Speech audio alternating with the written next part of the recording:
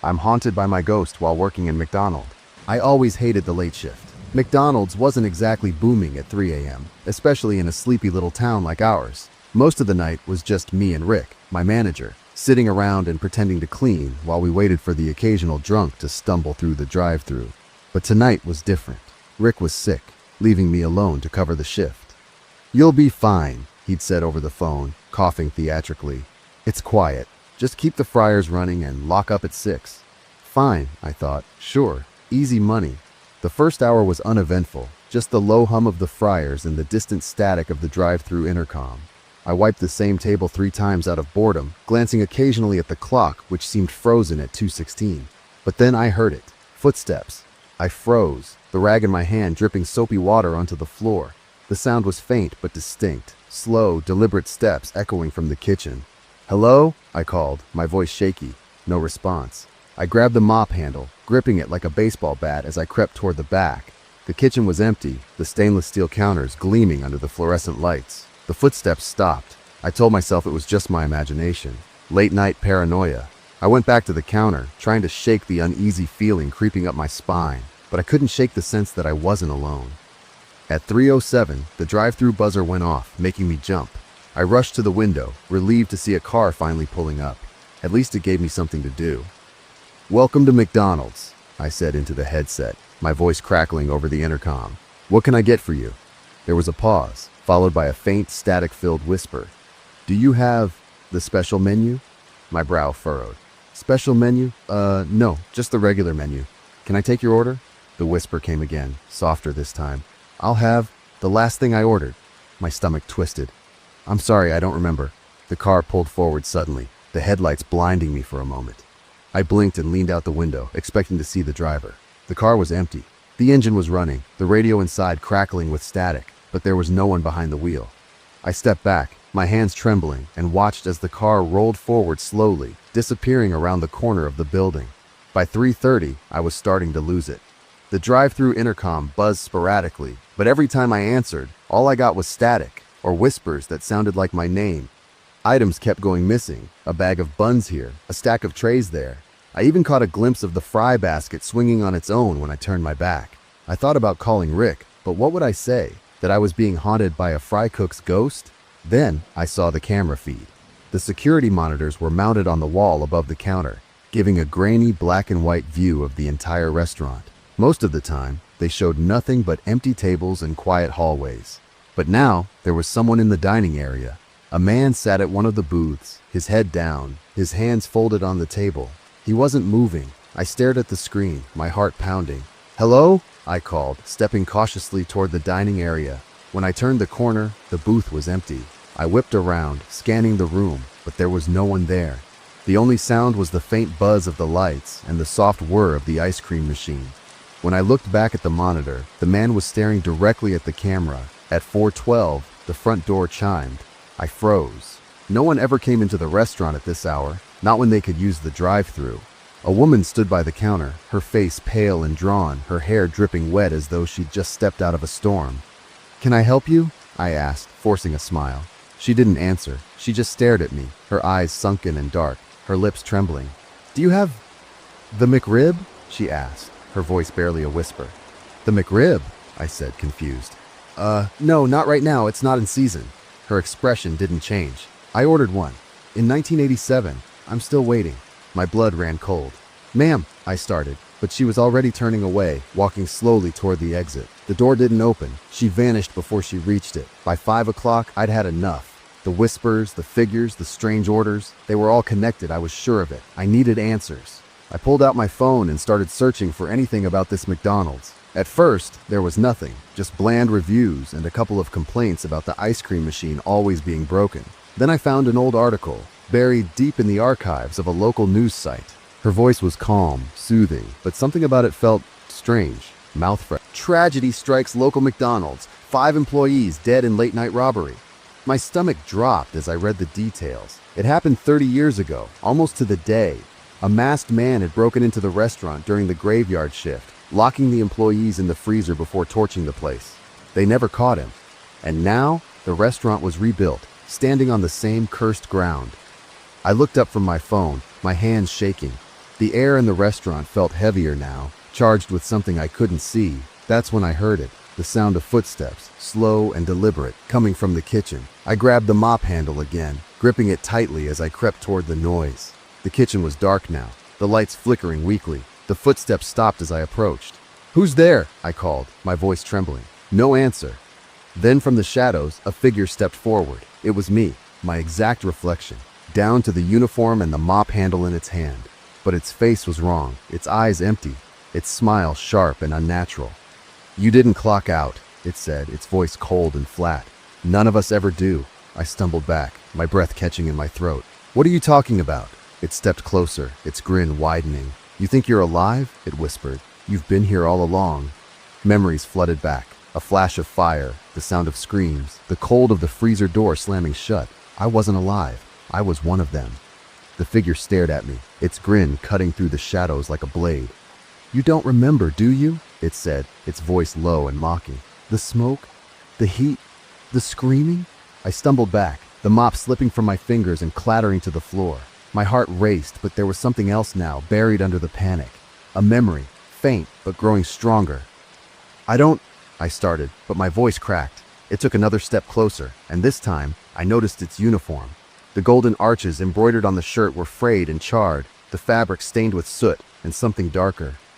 "You were here," it whispered, its hollow eyes locking onto mine. "You were one of us." The room seemed to shift around me, the edges of the kitchen blurring like a smudged painting. I blinked, and suddenly I wasn't standing in the brightly lit McDonald's anymore. I was in the past. The air was thick with smoke, the acrid stench of burning grease filling my nostrils. Flames licked at the walls, devouring everything in their path.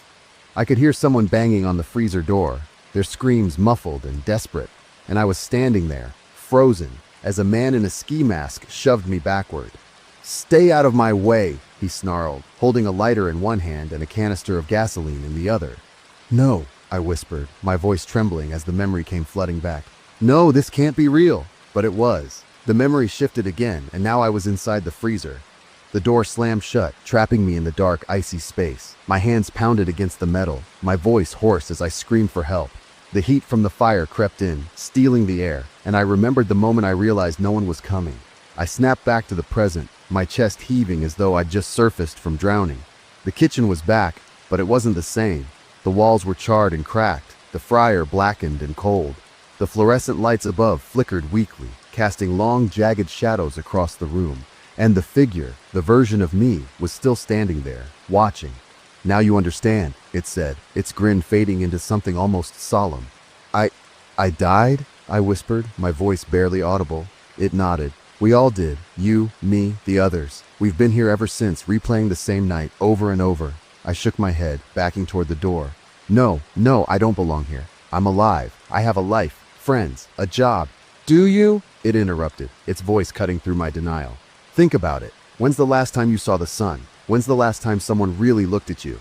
I opened my mouth to argue, but I couldn't. The truth settled over me like a weight, and for the first time I realized how empty my life had been. How every day blurred into the next, how no one seemed to notice me, how the world outside the restaurant always felt distant.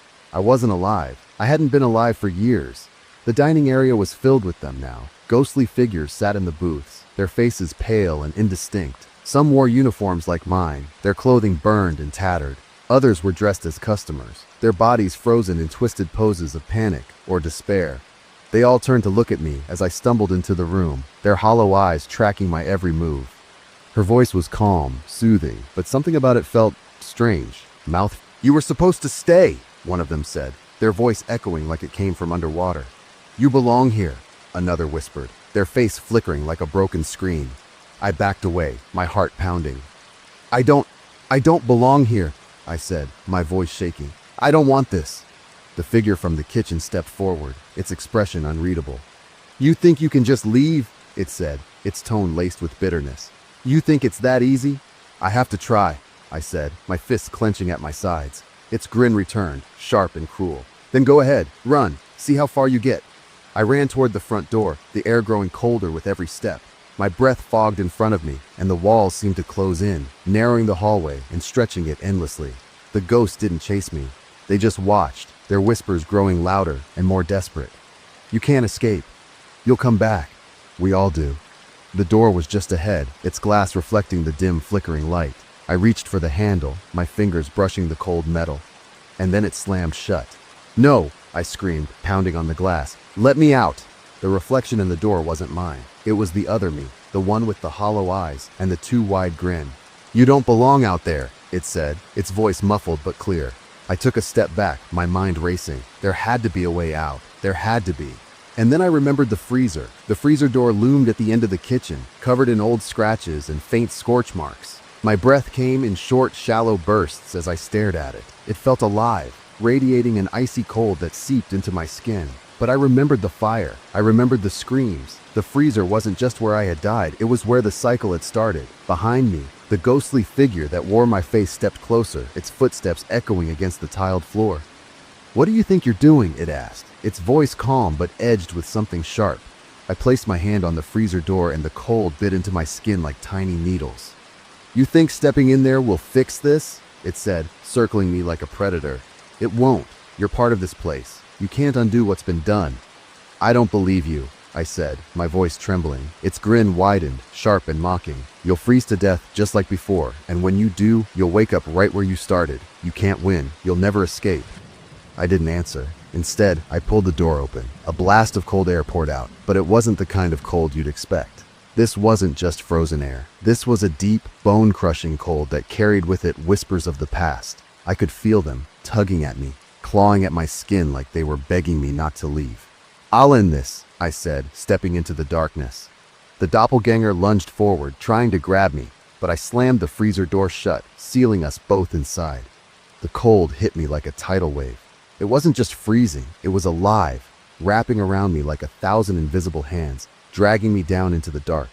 For a moment, I thought the doppelganger was right. Maybe I was stuck in this endless loop. Maybe I was doomed to repeat the same night over and over, my existence tethered to this cursed place. But then something changed. The whispers began to fade, replaced by a low, resonant hum that seemed to come from deep within the walls. The air grew heavier, the cold retreating like it was being pulled away. The doppelganger screamed, its voice high and unnatural. "No!" it howled, its form flickering and distorting. "You can't do this! You're nothing without me!" It lunged at me, its hands clawing at the air, but the darkness around us shifted. The walls of the freezer seemed to ripple, like water disturbed by a stone. Cracks of light appeared in the blackness, growing brighter and brighter. "You're wrong," I said, meeting its gaze. "You're the one who doesn't belong here." The light grew blinding, and with one final piercing scream, the doppelganger shattered. Its body disintegrated into ash, scattering into the void. And then, the freezer door burst open. I stumbled out into the kitchen, gasping for air. The room was brighter now, the shadows gone. The ghosts in the dining area were nowhere to be seen, their whispers replaced by a deep, profound silence. It was over. When I stepped outside, dawn was breaking over the horizon. The sky was painted in shades of orange and pink, the light cutting through the cold morning air. I turned to look at the building behind me, expecting to see the same charred McDonald's that had haunted me for so long, but it wasn't there. Her voice was calm, soothing, but something about it felt strange, mouth fresher. The lot was empty, overgrown with weeds and littered with broken asphalt. There was no sign of the golden arches, no windows, no drive-through lane. It was as though the restaurant had never existed. I stood there for a long moment, the reality of what had happened sinking in. The ghosts were gone. The doppelganger was gone. And for the first time in years, or maybe decades, I felt free. As I turned to leave, a faint sound caught my attention. It was distant, almost imperceptible, but unmistakable. The faint crackle of a drive-through intercom. I froze, my heart skipping a beat. Slowly, I turned back toward the empty lot. For a moment, I thought I saw something. A shadow flickering across the cracked pavement. The faint outline of a figure standing where the counter used to be. But when I blinked, it was gone. The lot was empty again, the silence unbroken. I shook my head, forcing myself to walk away. Whatever was left of that place, it wasn't my problem anymore. But as I reached the end of the street, I couldn't help but glance over my shoulder one last time. The golden arches were back. Well, that was pretty much it. I hope you liked the story till then. Bye-bye.